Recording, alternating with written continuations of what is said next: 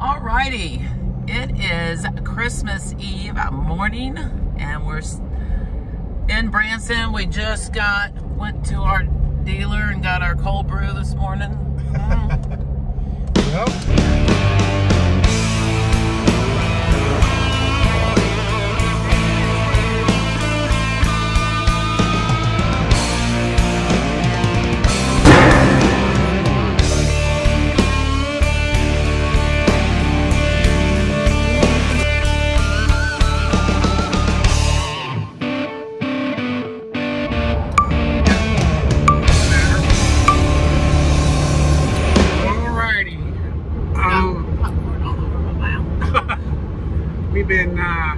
We just stopped at the Osceola Cheese Factory, so got all kinds of snacks. So we wanted to do we're on the last leg of a pretty long road trip, and we wanted to do sort of a kind of a review of the Bronco and how well suited it is for these long distance road trips. So we've focused more on the off-road ability of the Bronco, which we believe is the more important aspect of it. But you know, it is a multi-purpose vehicle, and a lot of people would probably want to know, can you take a long trip in it? And Stephanie, do you have your best guess as to how many miles we will have traveled on this trip by the time we get to your brother's house? I would say 1,393 miles. All right, she's off by quite a few. Oh, I am. So just for those of you following along, we left our house in Southern California earlier this week, and we've made, this is our 4th day. We've been making some stops, and we traveled across the southern part of western U.S., all the way to Texarkana, Texas, Arkansas, and then up to Hot Springs, and we are working our way up through Missouri to her brother's house just north of Kansas City. So all in all, it comes out to 2,038 miles. Are you shitting me? I did not know it was that far. Yeah. Holy moly. Okay. So we've been putting some miles on it, and it's almost at 7,000 miles on here. So yeah, and we've been getting some seat time in this thing. We've had some 10-12 hour days in this Bronco. So how livable is it for as a long distance rig? Well, so yeah, if you can look, we are packed to the hilt, packed to the gills, freaking overlanders, and we literally have not been sleeping in it. But we've got everything packed in here for overlanding, and I know I hate that term, but yeah. So we've got all kinds of we've got Christmas gifts as we're heading to her brother's for Christmas. In here. We've got a whole bunch of stuff. The rear seats are folded forward, and just about every cubic foot of space is taken up. So we look like a turtle going down the road with all our house on our back here. We actually we're actually able to fit quite a bit of stuff. We'll show you in a little while what it's, because we'll unpack it so y'all can see. So I took some notes on the things we kind of wanted to talk about. So the first is gas mileage. What's our average sitting out over right now? It's, you know what? Well, let me tell you real quick.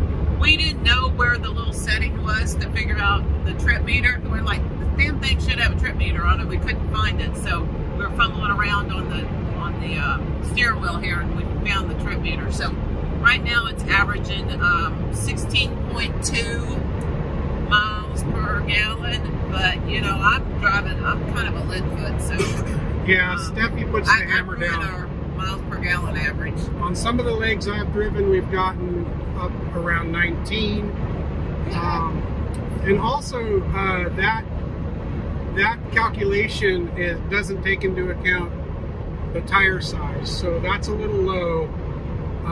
When I was doing the actual calculations based on the fuel used and the distance traveled, about 16.1 or something like that. Well, in the mountains we were getting pretty poor mileage, but out on the flats we were getting around 19 something. So and it depends. You know, we have a different video clip where we talked about the eco mode. Don't use it; it sucks. Just use normal, especially if you're on these highways and you're hauling ass like this. So yeah, fuel mileage, it's not the best for long distance, but in 1 mile, you know, right it's to merge onto I-49 north toward Kansas City. All right, I-49 north. Yeah, I'm getting on there. So the wind is blowing us all around here, though. Yeah, that's actually one of the things I wanted to talk about. We'll get to that. So the mileage, not the best for long distance trips, but you know what? We're having fun in it. It's one of the things. You just gotta plan for the, you know, some extra money for gas. I'd much rather be traveling in one of these than a Prius. Use the right lane to keep right to merge onto I-49 north toward Kansas when we got City. to Hot Springs, we found out there was an off-road park, and we got to go off-road. So yeah, couldn't have done that in a Prius. No. So let's see, driving comfort.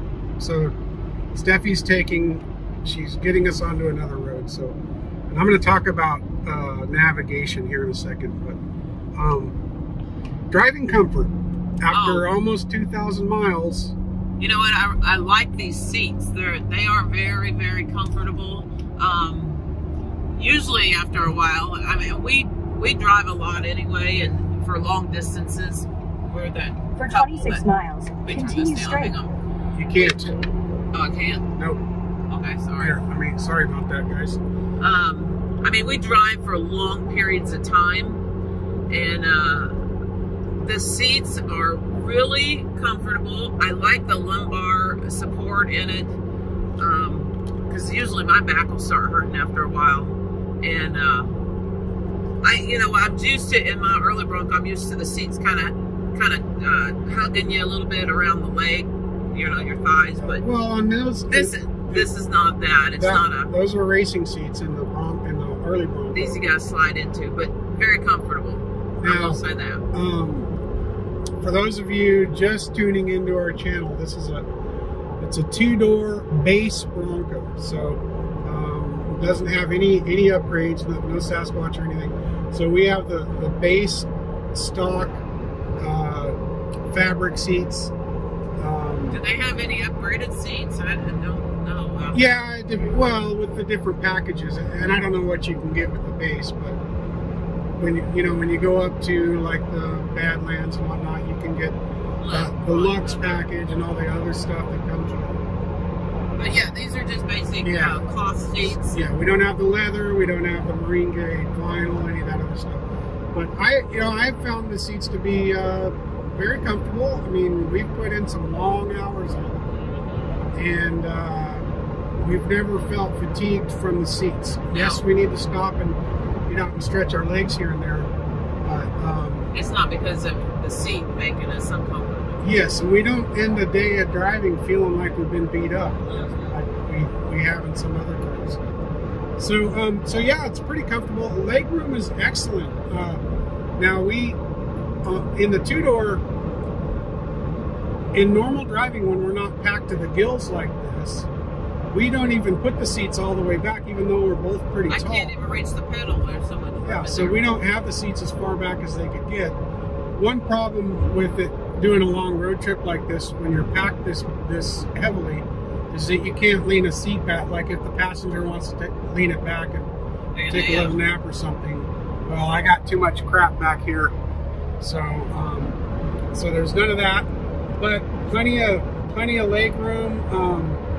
You can stretch your feet, move them around and whatnot. You don't feel like you're cramped in here. I have a Wrangler Rubicon, a 2015 JK, and that thing you just feel real cramped. Like your knees are up. You're right up against the steering wheel, and you just feel like you're wearing the damn thing. This one, you just got a lot more room to move around, even though it isn't a full-size vehicle and you are kind of close together. It feels like you've got some space. So comfort-wise, yeah, no complaints. So cargo hauling, we kind of put that with the 2-door. It has a lot less room than the 4-door, but put those seats down and you've got a lot of cubic footage to fill up. So you just got to be creative with your packing, right? And you know what? I don't know on aftermarket yet if they've made like those trays that will go in and give you a double wrap, which would be kind of beneficial to have. I think. Hanging on the back? No, inside. You know. Oh yeah, we have one of those in the Jeep. In the Jeep, we have one of those, which is really neat because you can kind of double stack things and compartmentalize. And I think if you are doing overlanding or traveling a lot and out of your Bronco, I think that would be a beneficial thing to have. Yeah. Well, yeah. If you're gonna like take long trips and camp out of this thing and haul all the gear, you'd probably pull the seats and do some little mods to make it more stackable in there. Yeah. So, let me see. We have a couple of complaints, and we don't complain about this thing much, but there's a couple of little nitpicky things. Steffi, tell us about the map light. Very pain in the ass. There's right up here. I don't know if you can see. Right up there, there's two lights, right? And so when you turn the thing on, and say you're looking in the glove box, or me, I'm looking in my purse for my lipstick or whatever, the light doesn't even go on your lap at all. It shines directly down on the dash, which is, for me, it's useless. If you're looking in the glove box, it's useless because it's dark. If you're reading something here in your lap or looking in your... it's not lighting that area. You know, I wish the way that they could have fixed that is had this light so that it like swivels. But it's just like hardwired in there and it's flat and you can't do anything with it. So yeah, it'd be nice if you could aim not it. A nice little feature right there. So that's kind of nitpicky, but it is nitpicky, but when you need it, it's not nitpicky. So I have to get my light out on the phone to look at whatever I want to look at. Yeah, and yeah, that's kind of ridiculous. You got to pull your phone out and do a little light thing. When you got a light there, it just doesn't shine in the right spot. No. Okay, let's see. I wanted to talk about the Carplay connectivity.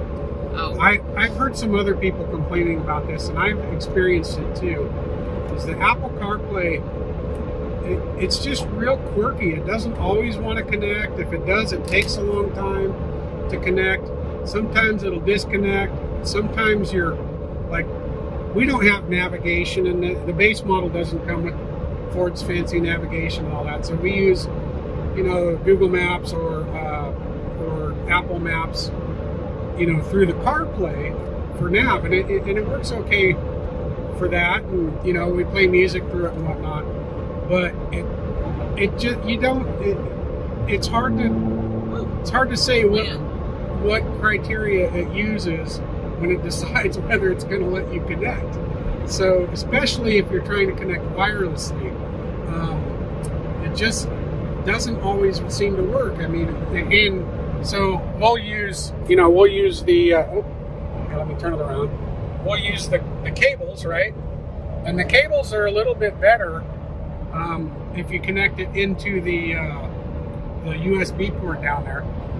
It's a little bit better, but even with the cable, sometimes it doesn't seem to want to connect. You have to pull the cable back out and re-put it back in. So I don't know what's up with that. I mean, it's one of those things that should just work. It shouldn't take any kind of jimmy jamming with it. It should just work. So that's one of my bitches. Not enough cup holders. So this is funny. All right. So the two-door. Funny thing is, the two-door has more cup holders than the four-door. There's actually two more in the back, right, which the four-door doesn't have. On the side panels. But we only have the two cup holders here in the front. But what we on a road trip, we end up where we're using, two cup holders. Yeah, each of us needs two cup holders for all of our shit. Like, both of us will have our coffees. If you got coffee and the water, and you got your little thing of cheese curds from the cheese. And your Gatorade. Yeah. So there's just not, I think there's enough room to do a four-holer right here. Get rid of that little whatever tray right here that's useless. Well, remember the people with an automatic trans, their console is completely different than this one.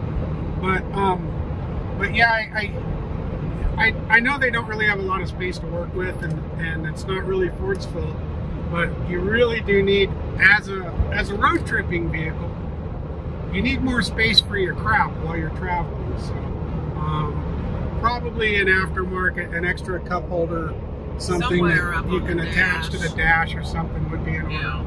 But you know, we find that, or where those useless hand grips are. We find that we're always those things, holding shit in our lap or whatever, you know. So anyways, that's kind of another, just a road trip related gripe. I just thought of something we didn't put in. So the drivability is really great. It's got, you know, it's got plenty of power, especially when you want to get up and go. But we both have a little complaint about this manual transmission. It works great. It's, you know, we love it, and for off-roading it's great. On-road it's great. We don't really care that you have to shift it. Even in traffic, I commute in this thing, and it's no big deal. But one of the weird things about this is, normally when you're shifting up through the gears, you know, manual transmissions will usually sort of make it easy to go from gear to gear. And what I mean is, it's not going to like almost try to prevent you from going to the next gear. And like from 4th to 5th, it's got a really tough detent. Like you have to, if you don't actually physically push it over there to get up into 5th, you're jamming it right back down in the 3rd gear. And yeah, if you're not thinking about it, you'll unconsciously jam it up into 3rd, right? And you know, that's one of the things you get used to over time. It's taken me 1,500 miles to figure out that I got to go up and over for 5th gear. I don't know why and what is going on in there that makes it. It's really easy shifting up through the gears to 4th, and then into 5th for some reason is just this really hard push to get it up, over, and into 5th. So it almost feels like you're having to put it in reverse, but you're going in the opposite direction. Yeah, so that's a weird thing. We've both missed shifts before because of that. And you let the clutch out and it whirs, you know, down into 3rd. So that's a weird thing. Since we're talking about the gears, now, real quick, just a quick thing. This wasn't on his list. When we got into Hot Springs, we valet parked this thing, because there was no parking in front of our hotel. And so, just a word to the wise, if you're valet parking, be sure you tell the valet where the parking brake is. They sat there for 5 minutes, and we watched them. We were kind of snickering because they couldn't get it out of the parking brake. We know that if you take off, it'll pull it out of parking brake automatically, but they didn't know that. So, just be kind to your valet and show them where the parking brake is. Yeah. And then I also had to show him, because I was pulled right up to a little curb, and he had to back up. So I had to show him how to put it in reverse, because there was only one guy there who knew how to drive a stick shift. But, you know, you have to pull up on it and then push it forward. So just be kind to your valet. Yeah. The valets need a little, just a little... little school in there. Yeah. So, all right. Driving this thing in the wind. Oh yeah, it's been very windy today, coming up from around Springfield, Missouri, up into central Missouri. Very windy, and again, this is a 2-door base model, but we have put a 3-inch lift on it and 35-inch tires, so it's a little taller than stock, and it's getting blown around quite a bit in this heavy wind.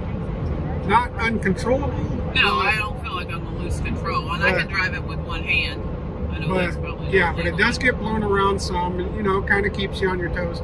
And then you also get a lot of wind noise.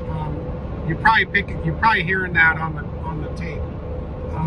These things are notorious for not being that quiet in the cabin, so. You know, wind noise is a thing with the Broncos, and that's going to be a thing as long as you want a removable hard top. No, we've never taken this top off, so it's never We haven't, no. broken the seal yet on that. But so. there's seams and whatnot, and Yeah. all of that adds to the wind noise. Plus, it's not insulated very well, so you get a lot of road noise. We're not complaining about that, but when it's windy, it's even worse. You can hear it. And gusts will, you know, give a little extra wind noise. So. It's just telling you it's windy. Yeah, one of those things you kind of get used to. So that's about it we have as far as positives and negatives. Mirrors are good. I mean, I haven't cut anybody off or anything yet. We've done a lot of miles in it on this road trip at night and the daytime. The headlight illumination is fine. Another thing about the headlights, which are so cool, whenever there's not any oncoming cars, it automatically goes to bright lights, and then as soon as it senses a car, it goes back to dim. I thought that was so cool when I first noticed that. Yeah, and it does have the LED headlights. Even it's not the fancy ones like on, the higher end Broncos, but they are LED. They're nice and bright. They're brighter than our other vehicles. So, there's a lot of, even with the base model, cool features that this thing has. The $28,000 base model Bronco, this thing has a lot of really cool features. That we kind of discovered that by accident, that it automatically flicks the high beams up and down. Yeah, that's neat. So anyways, that's about it for this. We just wanted to give you kind of a quick review on the road tripability. Our overall score is going to be 2 thumbs up, right? Way up. I only got 1 thumb, and you got 2 thumbs up. Oh, that's 3 now. Well, 3 thumbs up. I got 2, and you got 1. Well. Okay, so 3 thumbs up. You're confusing them. All right. They'll figure it out. We like it. We'll just put it that way. It's fuzzy, man. Okay. Oh, and this is a 2,000-mile road trip, but we paused yesterday and we did a little bit of 4-wheeling too. So that's something you can't do in your regular road trip car. True. Okay, until the next one, we hope you guys are enjoying our videos. Please like and subscribe. And we will see you in the next one. Yes. From the road, going across. I don't know where we're at. Somewhere in Missouri. Oh, here's the town. We're in Grandview, Missouri. All right. Population 24,475. Okay. All right. We'll see you in the next one. See ya.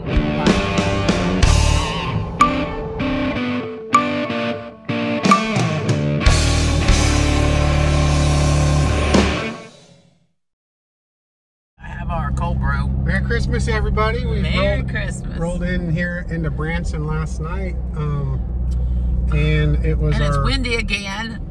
It was our 24th anniversary, and the reason we came here is because this is where we came the night we got married, up in central Missouri. Came down here for our one-night honeymoon. 24 years ago, and I, kind of looking around now, I can see why we haven't been back since. It's a little... Oh, my goodness, here. Yeah, it's a little... It's like a little mini Vegas. There's lights crazy. Crazy. It's kind of garish. Check out this big old King Kong way up there crawling the building. It's like just a big old theme park here. Yeah, and it's sort of...